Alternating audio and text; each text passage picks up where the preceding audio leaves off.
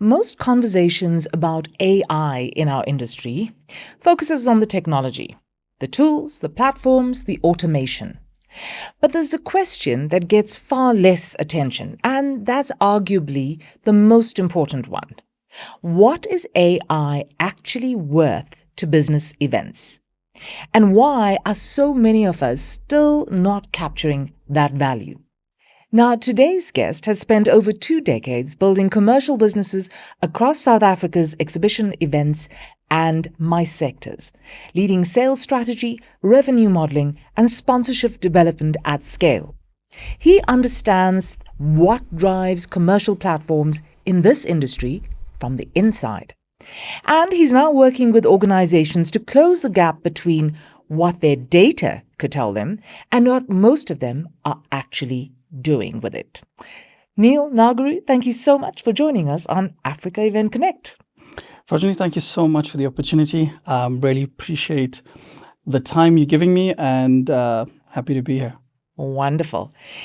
So we're going to go straight into it and talk about this commercial reality of technology on this event space, right? Now, you spent more than 20 years in the commercial engine of this industry, and that's something we all try to tap in and do successfully. Sales, revenue, sponsorship strategy. It is a vicious cycle, and we're constantly trying to get it right. From that vantage point, how well do you think Africa's events businesses actually understand their own commercial performance? And are we data literate as we think we are, I suppose? Thanks, Prajani. I think I had the opportunity to work across quite a few sectors, government, large corporates, and a lot of SMMEs. And I think the opportunity I've had is to look at this across the value chain, which it's within each sector. And I think you're absolutely right. I would say a lot of companies, if not all of them, do not interrogate their data effectively and efficiently. Mm-hmm. I've seen, especially in our exhibition space and the event space, as soon as it's over, it's done. We wait 3 or 4 months, we open up again, and we go. It's very little time taken to look at what's happened in the past 3 to 4 or 5 years, pre-COVID, post-COVID. What is our data telling us? What are international trends telling us? Mm. And putting that data together, understanding it, and then creating what your next year is going to look like. And unfortunately, and I think more in the SMME space, you are everything to everybody. Mm. You run your own exhibition as well. You are the head of sales, you're the head of marketing, you're the head of operations, you're the MD, the CEO, you're everything. And really little time is taken for strategy. And I think if you take a step back and you take that time just after the show ends to engage effectively with your exhibitors, buyers, sponsors, get the data you need, ask the right question, then integrate that data, I think you'll be really surprised at what it can actually show you for the year coming up. And that is so true. I like what you're saying in terms of speaking to them, because sometimes a lot of the data we rely on is the quantitative data. Correct. And yes, that is very important, but that data of actually utilizing the face-to-face opportunities that you have on the floor and getting those, it's almost like sitting in a focus group, right? Yeah. And you're getting true experiences, valid conversation from what's happened on the floor and how you can change things moving forward. Yeah, I think it's the pain points, and sometimes, I've run exhibitions as well, and I've learned something that you don't have to fix everything, but if you listen to your audience, again, across the entire value chain, whether it's exhibitors, sponsors, or buyers or visitors, you might pick up 1 or 2 things or 3 things that you can effectively change. And when you start doing that, you'd probably see over a 5 to 6 year period, you've managed to take about maybe 60 to 70% of the pain points away, because every year you worked on one. I can give you a quick example. One of the shows we had where catering was a problem, and the next year, because it was visitor catering, it was exhibitor catering, was quite a lot, and we just worked on that for the next year, and we got it right, and it worked, and we created more environments for catering that was experiential, that was exhibitors were able to bring in their own food. There was a lot that we could do, and it definitely gave us a positivity on that for the next year when we did our research. So again, focus groups absolutely help, but take the pain points and fix them. And again, you're going to get 10 or 20 from across your audiences. But if you could take one or two or three even and work on it and fix it, you'll definitely see a change in the environment for the following year. So, let's start with a number. Do you think, in your experience, how much revenue do you think, on average, the exhibition or conference industry is actually leaving on the table because of this untapped conversations that should be happening, because they're not using the data intelligently, right? Specifically, and where is that value going? If it's not coming back to us, we're leaving it. We're letting it walk out the door, literally, right? Yeah. So, again, probably about 20 to 30% in my experience. And I will chat a little bit more about why I'm saying this a bit later. But I've seen it because I've been hands-on. I've run the sales teams. I've worked on it from a client, exhibitor, stand builder, everything, within the industry. And it's definitely 20 to 30% because we're seeing the true. And again, after COVID, sponsorship has been difficult because the market in South Africa has not grown at the numbers we wanted to grow. Our industry has not grown in the numbers we wanted to grow as well. So sponsorship is a core part. I think in the last 2 to 3 years, it has started to look effectively. And sometimes we get too focused on just our industries. We're not looking at telcos, we're not looking at banking sectors, we're not looking at mining sectors where you can see a bit of growth is happening year to year on what they want to do. And I think when you start looking outside, sponsorship is one of them. But if you understand your floor space and you understand your exhibitors, and again, from doing the research and understanding the data, what are they actually looking for? You can grow just manipulating your floor space in the right way. And you know how exhibitors feel about placement, right? We know if it's a B2B market, it's driven on diaries, but it's a brand issue for a lot of exhibitors. They know if they're at the front of the door, at the back of the hall, it makes a difference to them. Yeah. How you deal with that from a retention perspective, making sure you're rewarding your retained clients, that they are actually getting the prime spots and they're working. And then you're building on your new segments and what is the value you're offering them. But again, it's going back, 5-6 years, looking at the data. And I can tell you, you can grow that by 20%. You can definitely grow it by 20%. I've seen it, I've done it, and we'll share a little bit about that just now. Okay. Now, we talked about exhibitors, sponsors, and those kind of stakeholders, right, and your buyers. But what about, let's look at the audience data as well. Most events, we collect it, and then we barely use it. What does it actually look like when we start treating the audience data now as a commercial asset, rather than just a post-show admin task? Because it's a tick box for us. We have the audience data, we collect it, it's in our report, and it's done, right? And then we tuck it away, and we move on. Yeah, and I think that's a really important part of the conversation, because data analytics, and we can start bringing a bit of AI into it now. The AI modeling now that you have really understands not just your data set, but what it means in your industry and across different industry sets, because it's able to bring real data across.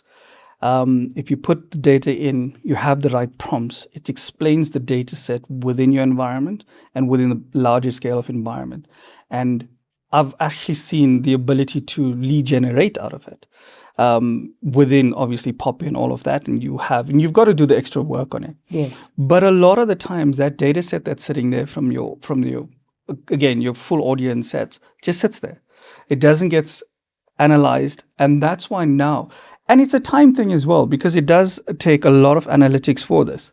You need, and sometimes, and if you're big enough and you have a research team, you have the ability to do that. Yes. Research gets involved and do it. But I think now with the small SMMEs, you have that ability because you can bring in an AI-driven tool, put your data set in, maybe 5 or 6 prompts, and really get into the grind of the detail, and use that to say, listen, how does this affect my next 3 to 4 year strategy? Are you able to build a strategy based on this this audience numbers? Where am I losing the margins?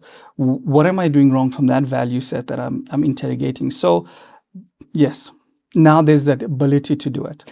And once you start thinking about it as an asset towards a commercial revenue as a commercial revenue generator, because that's what it is. Because I mean, as an exhibition or an event, your stakeholders are participating because they want access to this audience, right? Your audience is what you're selling, right? It's that demographic that they're looking to do business with. And yet we are not utilizing it properly because we're not breaking down the data and we're not drilling down as well into a deeper value that could make better commercial sense for our stakeholders as well, right? It's about marrying those two, I suppose. Absolutely. And I think, it's understanding the simplicity sometimes as well. Yeah. Because every company that engages in an exhibition is looking how to generate revenue. We all know that. Our exhibitors are there. The main bottom line is, how do I generate revenue? Because you're in marketing, your exhibition is part of your marketing data set. Your competitors for your competition is above the line, below the line, any digital marketing campaign. So do I offset that or do I invest here? So giving that extra detail in understanding that data set, but keeping it to as simple as, how am I generating the value for my buyers, for my exhibitors and visitors? And how am I allowing them to generate revenue within this, within the exhibition? Because that's your environment. And I think sometimes it does get too difficult. We make it too difficult because we want to create experiences, and I think that's very important. But every company, yourself, myself included, every year it's a revenue conversation, because you want to keep the lights on, you want to keep your staff, you want to keep your brand going. Those are the important things. And looking at the data set and what you can do with it, but keeping it as simple as you can, so that there's value at the end of the day for your audience. Yeah, absolutely. Now let's talk about sponsorship, right? As a revenue opportunity, because it's an area I think that is really ripe for transformation, using technology effectively. I mean, at this point in time, it's still largely sold on the basis of the relationships we have, the historical data that we have, our historical packages, I should say, that this client has taken a gut feel about how they did and, how the market responded to them. But now if we take sponsorship and AI, like, what does an AI-informed sponsorship strategy actually look like, and how does it unlock that current model and move it forward?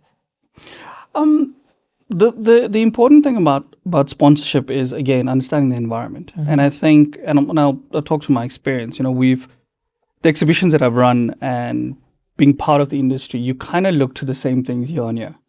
Because of time, because you want to get across the line when it comes to a revenue target. You're not thinking broadly, and I think when you bring in an AI-assisted tool, again, it takes what you understand within your business, and then it looks at the subsections. Again, I'll give you an example. Telcos, they've been strong, and I can say this because I know someone in the telco industry. So the thing for me there is a simple thing like a Voda Pay. It's a payment solutions. Payment solutions are across everything. If you're running the baby show, every exhibitor that's there needs a payment solution. Absolutely. And tapping into those. But we sometimes stick to our own segments, whether it's the travel industry, you're looking at sponsorship within the travel industry, but they've already investing that into their market. So for me, the AI side or the tools that you're bringing in goes, okay, what is it that your exhibitors are actually looking for? Broader spectrum than just being part of the exhibition. Is it payment solutions? It is banking solutions? Is it investments? What are they looking for? And how do you bring those subsections and tap into those audiences, those sponsorships into the conversation?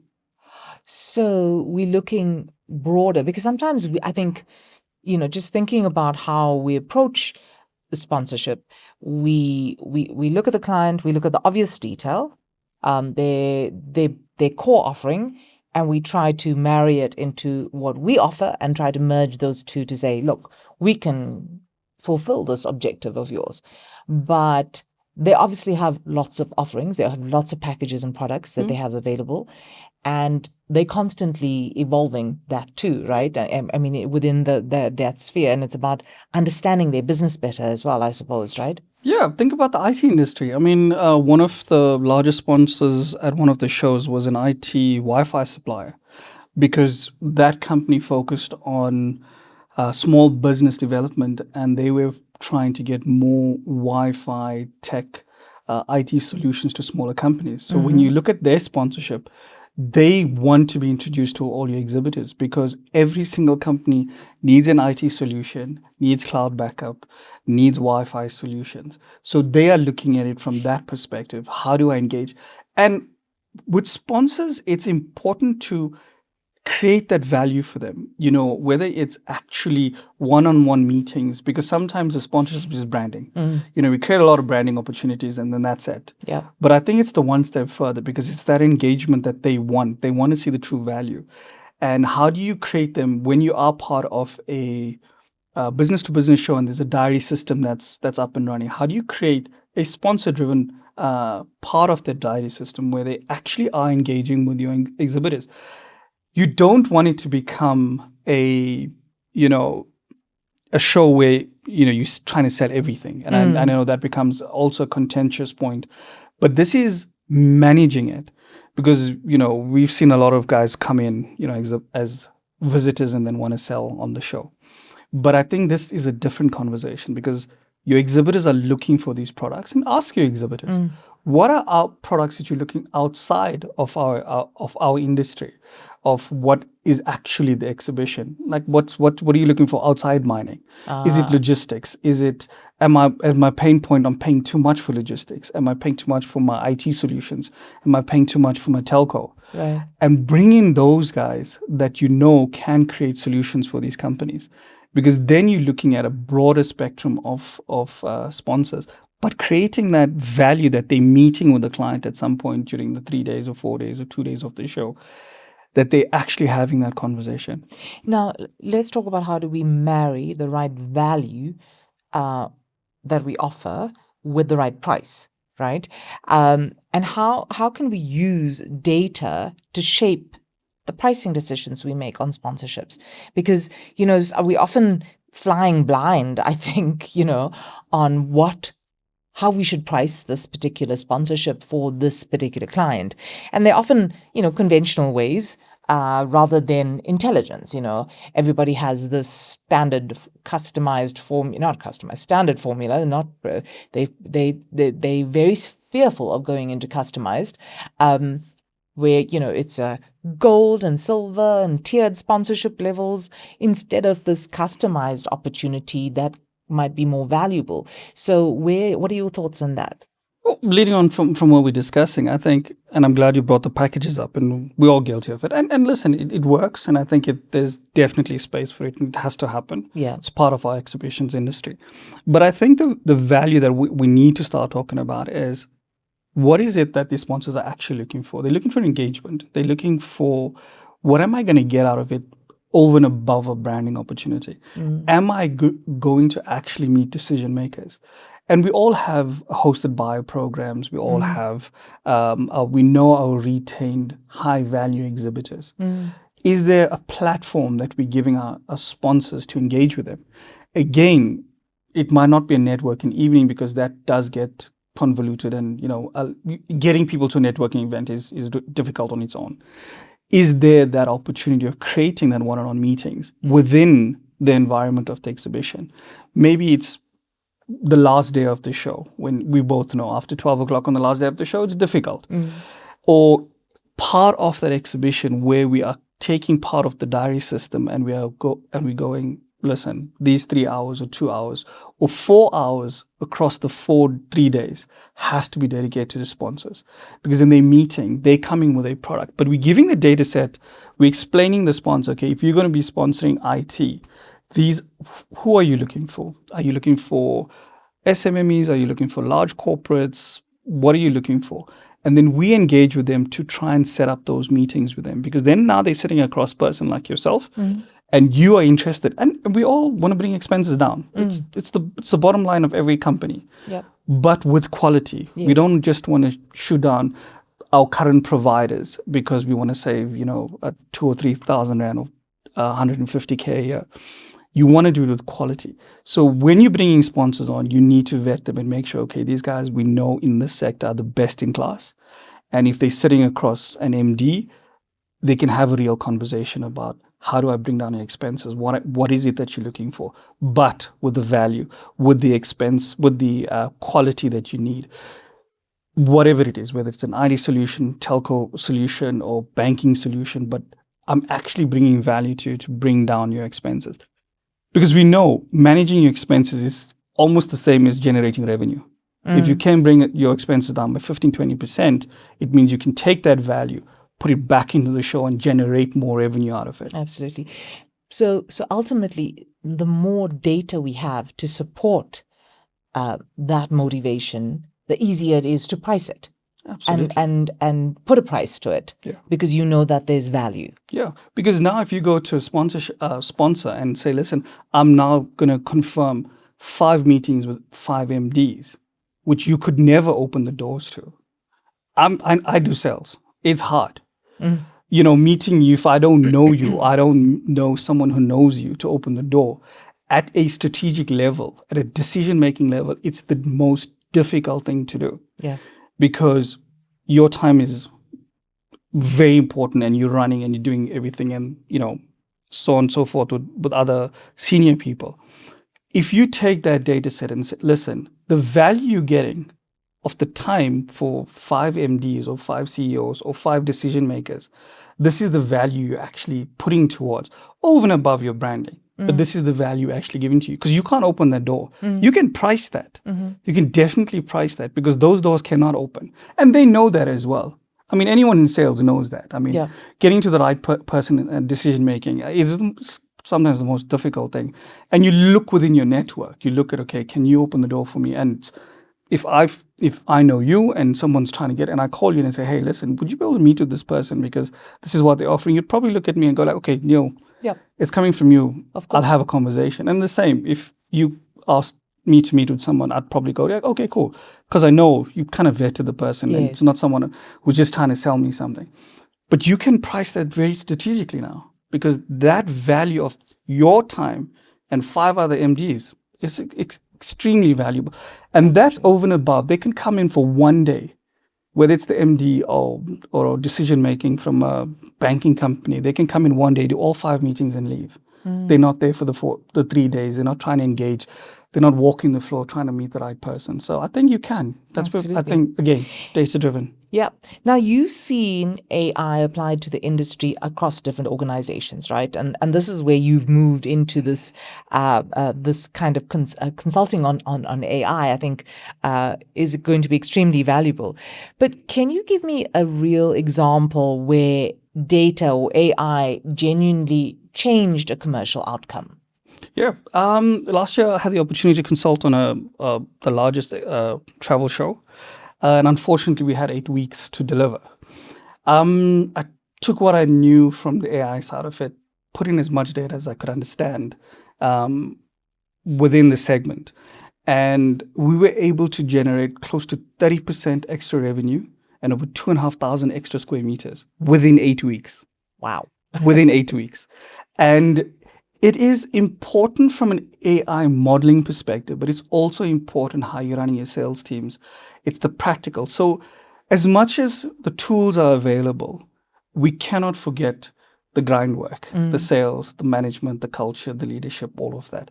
But the tool gives you the data you don't have time for to go and find. What is it? Who's been here? Who has been the most sort of the retained customer of the last 15 years? Who's just engaged with us but didn't convert? Because I find that if someone's engaged with you, there's an opportunity. The fact that they took the time to fill in the form, talk to you, meet with you, and then decline, there's something there. Either it's a cost, it's a placement, they're not getting value for it. What's the conversation? And again, I did my MBA 20 years ago, and one of the things that was coming up then was mass customization. Right.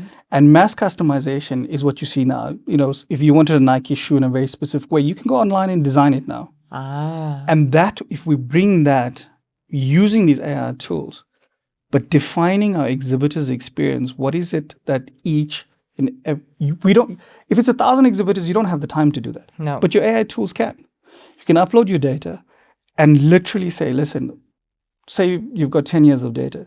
Can you give me X, Y, and Z? I want to know the top 5. I want to know, the drop-off rates. I want to know this. I want to know this. And you have reporting that can do it. But the in-depth, based on the industry, you can get a lot more data out of that.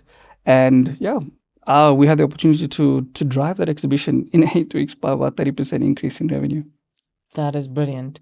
So the AI gave you the opportunity to sift through data quicker, to find efficiencies, the history, to drill down, to get more information. But so you married what the AI gave you with your real sales team, and they were able to operate more efficiently, basically, right? Yeah, and I think we throw a lot of people at the problem sometimes, especially when we're getting close to the exhibition, we start throwing people at it. Yeah. And I think the problem with that is culture within a sales team.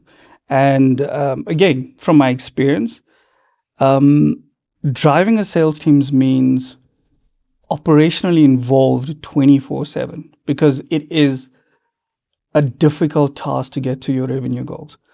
But when you're driving a sales team with the right data, it optimizes their time. It creates efficiencies, because now you're not spraying and praying. You know that if I'm going to look at the next 30 to 40 clients, I know at some point in the last 5 years they've engaged with us. And you might not need to go and get new data, new clients and new exhibitors and new buyers.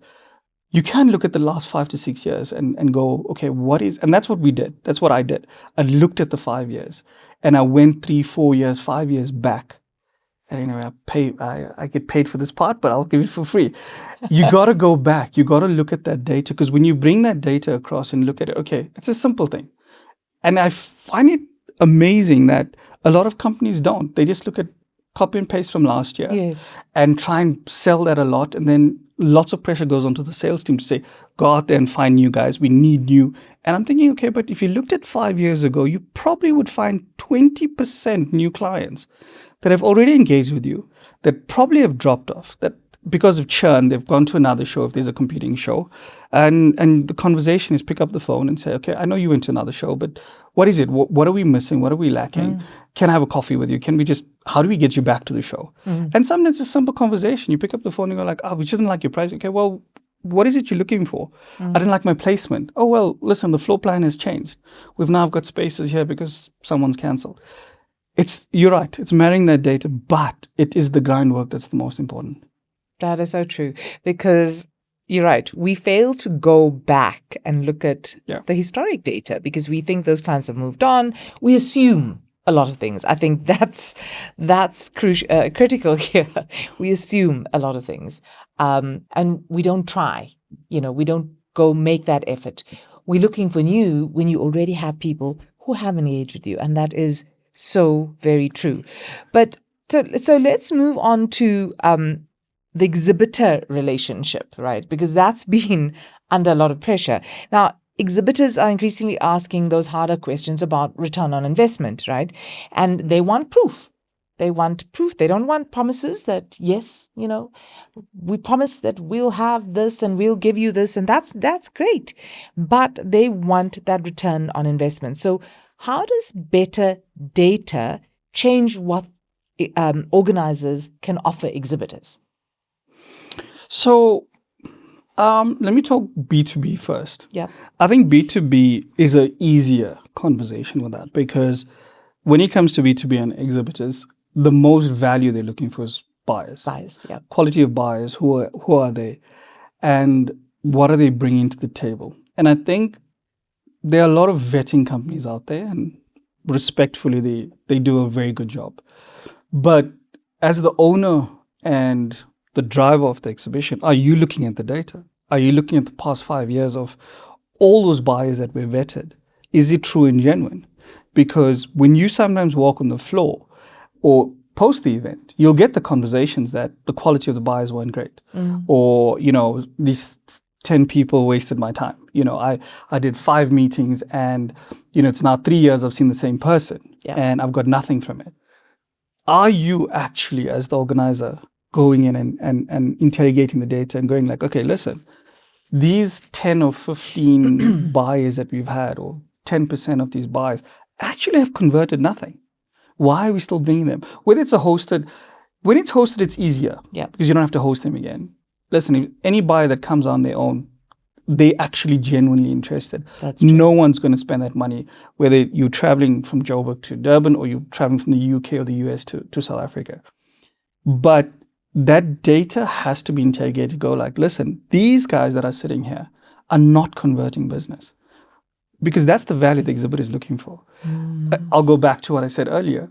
The bottom line is revenue generation. If I'm going to put my sales team in an exhibition for 3 days with my MD, what am I getting the ROI on it? But if I know they've met with, and sometimes, I'll speak from the convention center space. Sometimes you could go to, we used to do IMEX Vegas, and you could pick up one lead that's worth 20 million rand. You come to South Africa, you convert it, and it pays for the next 4 shows that you got to attend. But it's that value that you've got to bring in for exhibitors. But I feel also that year on year, you're getting the same buyers. They're not vetted extensively. We're not looking at the conversion rates of business over the last for 3 to 5 years.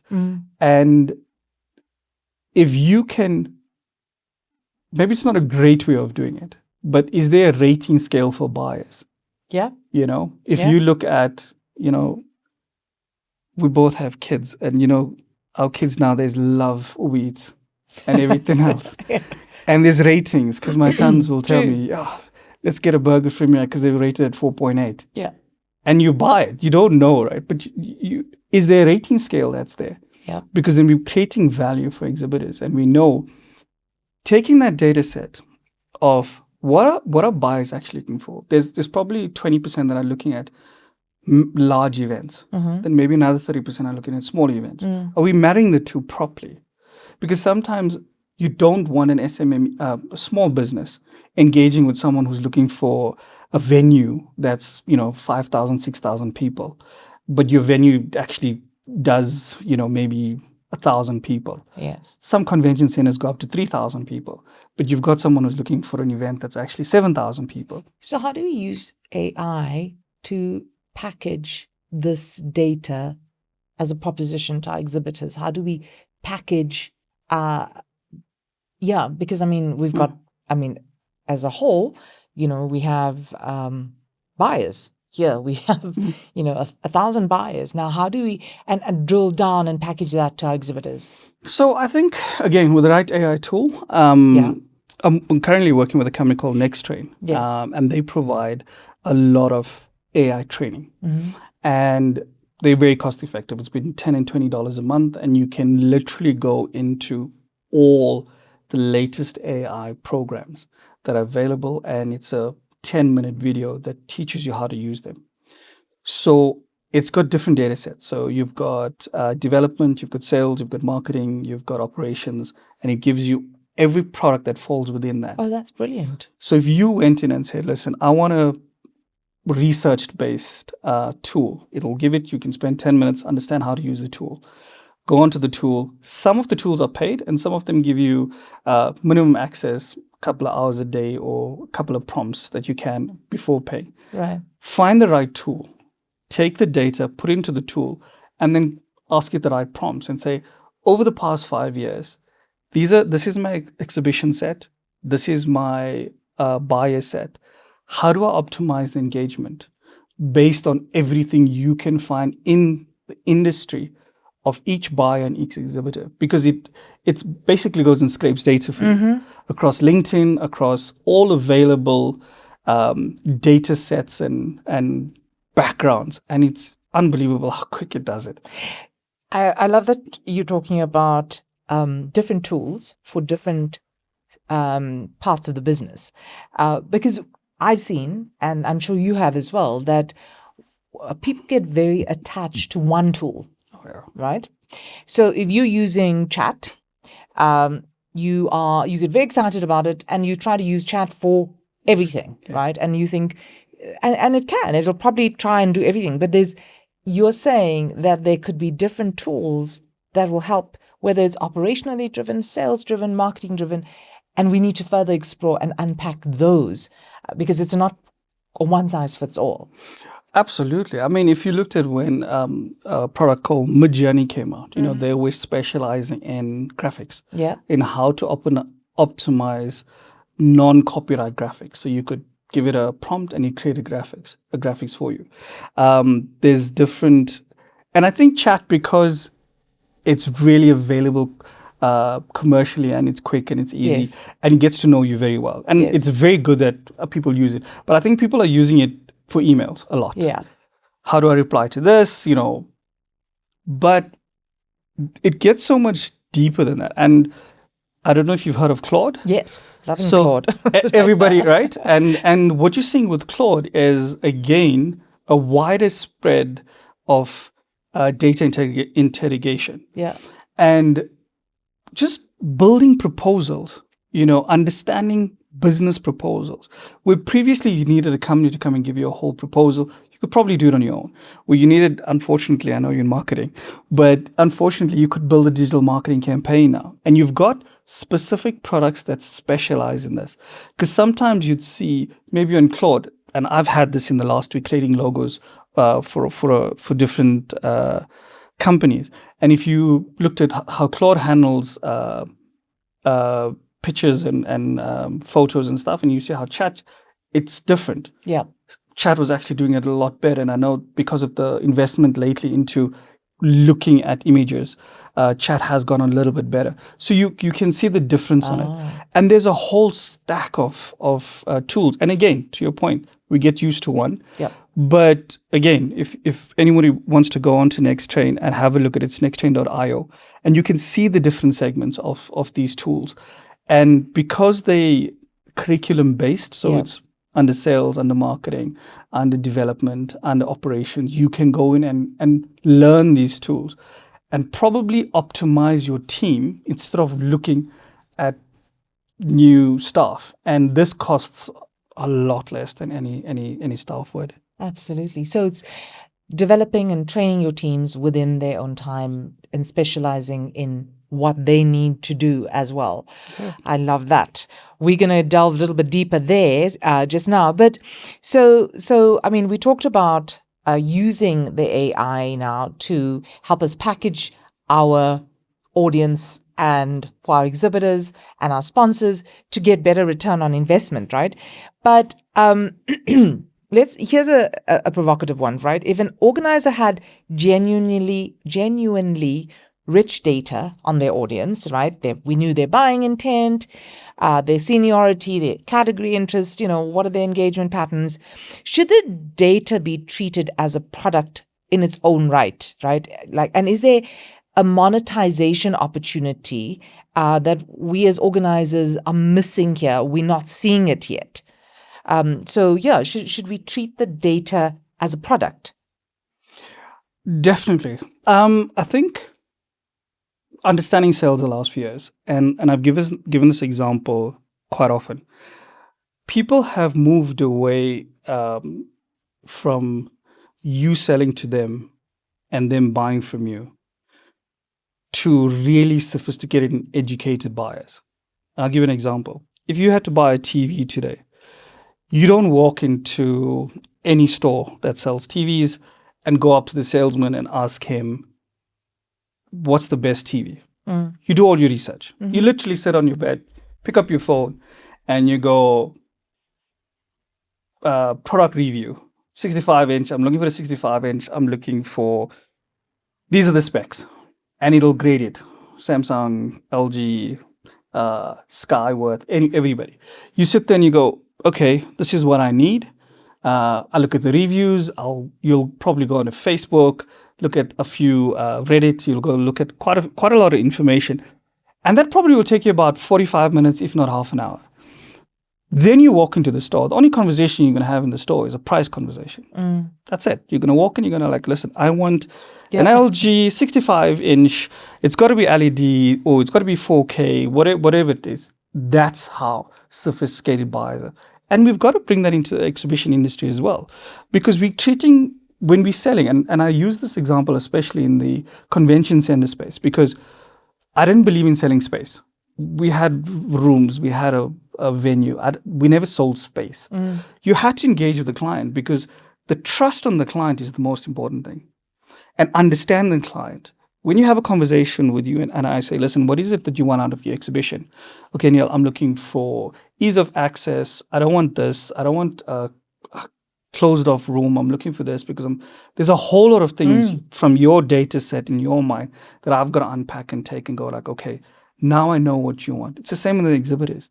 Unpack the data because they know what they want. We keep selling an exhibition. We sell the space. Okay, there's your space. This is can you sign the contract? And can I invoice you? Are we chatting to our exhibitors and going like, what is the value you're looking for? Who are you targeting? How is this actually happening? Once you've got that data, that becomes invaluable, because that is now understanding it to not just the level of selling space. What is it else that you're looking for that within my experience, within my sectors, I can broaden your horizons on and sell to you? Because now as an exhibitor, you own the data because you've collected it responsibly. Yeah. And now within your data set, you have other avenues of what you could bring in on the outskirts of what you're currently selling. And again, using their data responsibly is the most important thing, because you do not want to be bombarding clients with, random sales. But if we can understand that from a sales side, how important and how sophisticated buyers have become because of the data they have access to, the conversation becomes different from just selling space. And as you say that, it brings to mind for me, I mean, we're talking about us as organizers, using AI to drill down into the data, to package it better for our exhibitors and our sponsors. But there's an opportunity as well, and I'm not sure if this has been explored, for us to provide AI tools to our buyers to assess our offering on the floor. Because I'm sure they're already doing that in their own way. Absolutely. Right? Because they're probably dropping the list into their AI tools to organize their meetings, to find the best products and services on offer as well. So that too is another opportunity to offer to our buyers and in reverse to our exhibitors as well, to evaluate the buyers that are coming to the show. Definitely. Yeah. I mean, if you looked at what tools they specifically need, you could give them access to any portal that offers training. Yeah. And again, send them the video to say, listen, this is how you use the tool, and this is how you got to optimize. This is why you need to use it and what you need to actually optimize on. Because time is precious, especially in exhibition. A lot of them travel quite far, or they're trying to engage within a 2 to 3 day exhibition, and they probably got access to maybe 20, 30 meetings, if that. And then obviously the networking events after that. And they want to say, within those meetings, what are the top tiers that I need to meet at? Yeah. Who are the guys I need to meet? And those tools can evaluate that for them. And again, with exhibitors, dropping the understanding, you won't get the data, the hosted buyer database. Yes. But you can look at the different companies that are attending. Who are the companies I need to meet with? Who are the segments in the markets that I'm targeting? What are the top tiers in the markets that I'm targeting? All that data gets done very efficiently now. Absolutely. And also because I also find that there are a lot of exhibitors and stakeholders who aren't able to position themselves well enough. They might have brilliant product offerings, but they don't know how to sell themselves well enough. And I'm sure it would be a great opportunity for organizations to add a tool that allows them to engage with and give them a different version of themselves, give them just in terms of visibility and positioning, give them opportunities, because I think it comes across very differently when it's coming from the AI versus coming from the organizer. It's kind of like a neutral space. Yeah. There's no face to it, right? It doesn't feel like a sale. Yeah. Yeah, it doesn't feel like you selling it. And again, like I was saying, when you're doing your research, you look at all the review boards, the independent. Yes. Like when you're traveling, you jump onto TripAdvisor. Yeah. You don't, one of the things you're learning is you just don't take the pictures for granted on the website. Yes. But if you go into TripAdvisor, you drill down into the pictures of what clients are saying. And then you realize, okay, it's real. I trust that because it's an independent review. It's the same thing you're saying. Absolutely. Yeah. Now let's look at the continent, right?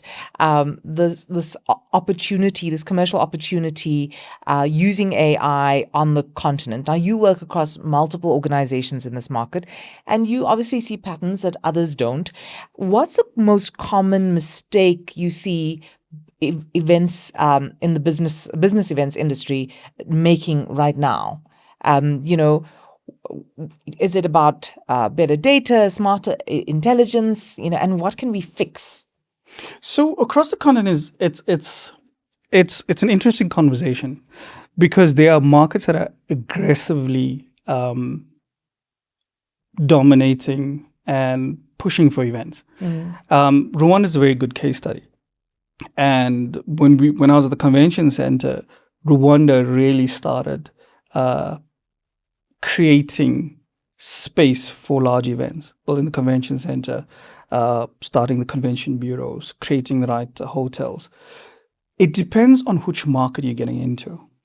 Where there's an opportunity, and I know Eswatini is just launching a new convention center as well. It's going to come online later this year. So every country on the continent is taking events and the MICE sector seriously. Good friend, a lot of people know him, Rick.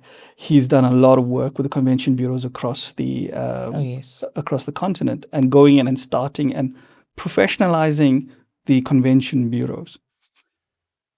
Route to market is very important, and with the sort of professionalizing and creating that access to market through a convention bureau is excellent, because then you can have these conversations, because they can drive a lot of data for you within the market. You and I know, and I've seen this as well, everybody thinks you can make instant money in exhibition. Okay, I'm going to hire, I know, it's scary. I'm going to hire the convention center for 250,000 Rand, and I'm going to sell it for R1 million, and I'm going to make 700,000 Rand after marketing.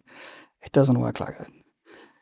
The opportunity we gave at the convention center for first-time exhibitors was a sliding scale of 3 years. We gave you 15% at the first year, and the third year was down to 5%. So it was 15, 10, 5, because we knew by the fourth year you're probably going to start breaking even. So when you start taking that type of data into Africa, look at the region, look at the convention bureaus that are actually geared for the experience you're trying to create. Look at basic things. Hotel rooms, venue, logistics, experiences, and you start putting things together. It works if you have the right data, because you know where to invest in wherever you're taking, what is the next market. And I think it's imperative that South African organizers start looking at the continent. Because where before, Rwanda, Kenya, South Africa won a lot of these big events.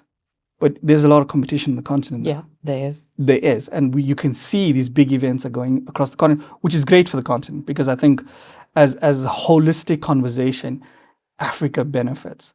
And I think organizers in South Africa need to start, because these countries are really getting understanding the mice market now.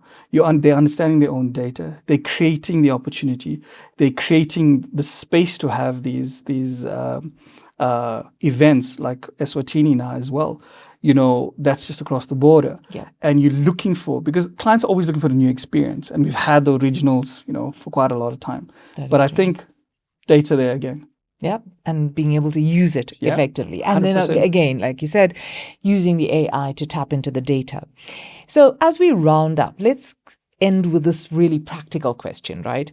For an event organizer listening right now, who knows that they should be doing more with their data and their AI and doesn't know where to start, what's the first move? Or not the vision, not the 5-year plan, but the first concrete thing you think they should do in the next 90 days? Understand all your data. Again, working across different segments, whether it's venues or organizers or government. Take all the data you have, everything. Like if you've got 10 years data, 15 years data, take it. Get the right tool, understand your data. Get the right prompts, understand what you want out of the data. Let it start creating the right reports for you. And you can probably get about 5 or 6 reports out of it. You can get a marketing report, you can get a sales report, you can get an operations report. Put as much as you can into it.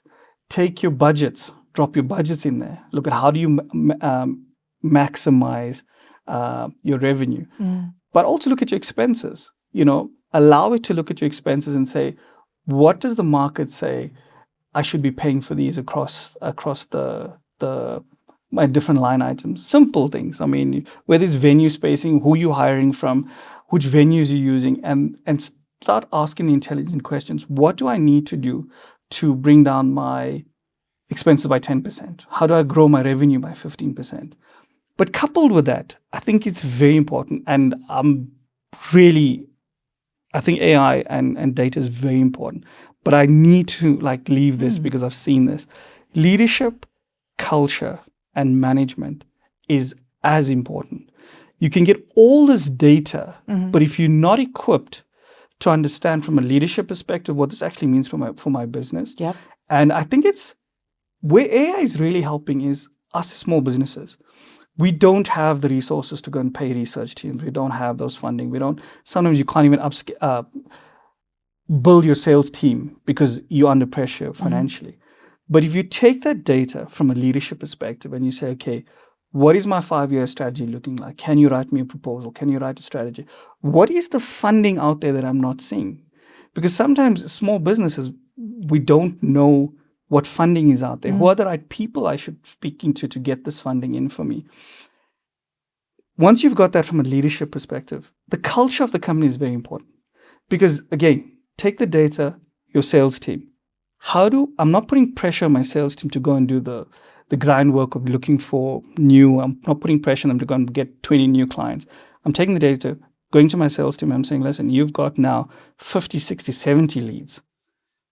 Work on that. That kind of puts a little bit of pressure off them because they've got a data set that they're working from. And you're creating a good, strong culture. And then obviously the last step is business processes.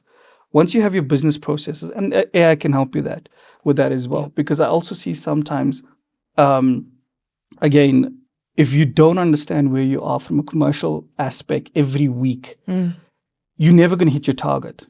And sometimes we neglect that because we get busy. You get busy, you are running, your events always has a new problem. And you're dealing with this, you're putting that fire. But if you can get a data set that gives you that advice every week, and you can build an app now. I mean, there's companies that go in and literally will build a reporting tool. On AI. On AI without getting developers in. And all the reporting tool does, it can create a dashboard as well for you. So it takes all your weekly data that comes in from your CRM system, converts it for you as the MD, and you look at it and go like, listen, I'm 30-40% away from my target. What's actually going on behind the scenes? Is it a sales problem? Is it a leads problem? Are we not converting enough? What's our conversion matrix? Because it's good to make all the calls, but are we actually converting? So I would say, look at all your data. Leadership needs to really, really be involved in the detail, because I know it's difficult. And that's where it's driven, right? Yeah, and you can now build some of the tools that you need by learning across the different platforms and create the right culture. Absolutely. And I suppose, to do all of that, the first step is deciding from a management perspective, are we going down this road, And if we are, how are we going to empower our teams and which is the right technology that we're going to use? And I suppose I love it in terms of the service that Next Level is offering. So tell us a little bit more about that and how our audience can tap into that so that they can use the tools to do everything that you've taught us about today. Cool. So over the past few years, we've focused. Listen, revenue generation is the most important thing in any company, and the strengths that I bring is understanding building strong sales team, and I think I see a lack of management when it comes to sales teams, because sometimes, unfortunately, the poor performers don't get managed. It's complicated. It gets hard. So we bring firstly understanding your sales team and building the right sales team for you. And that's why I'm so focused on culture and leadership, because I think that's a big problem I'm seeing in a lot of companies. And again, it's not at anybody's fault or anything like that. It's you get busy, but I believe culture leadership is very important when it comes to an organization. So we bring that. We come in, we look at your company, we look at what is the leadership style, we look at the sales team, we look at all your processes, because sometimes a small tweak on a Google Sheet can sort some things out for you, which I've implemented in some companies and it works because we understand the revenue.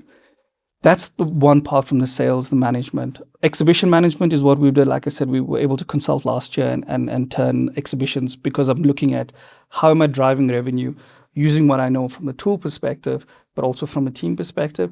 And I think the big one is the next train opportunity. I think for me, I'm really invested in that at the moment, where I'm pushing this in the sense of getting small businesses to get on board, learn these tools, because you don't have to go in and hire developers anymore or bring in more sales teams, salespeople. You can look at it and go, what are the 3 or 4 things I could build? In a week, I could learn the tool. And a lot of the leadership guys are versatile. I mean, you sit there and you've got to learn marketing, or you've got to learn this. So the guys are versatile in understanding these things. So next training is something that we can bring to them and take them through the training, make them understand the tool, and then help them to create human resource efficiencies within the business, because that's the critical thing. So how are we going to take what you have, optimize it to basically get to the revenue you want to? Brilliant. That's very, very exciting. Cool. And I think everything feels so urgent at this point in time, but genuinely exciting. I think it really is an opportunity for the industry to grow. I mean, the data is already there. The audience is already showing up, right?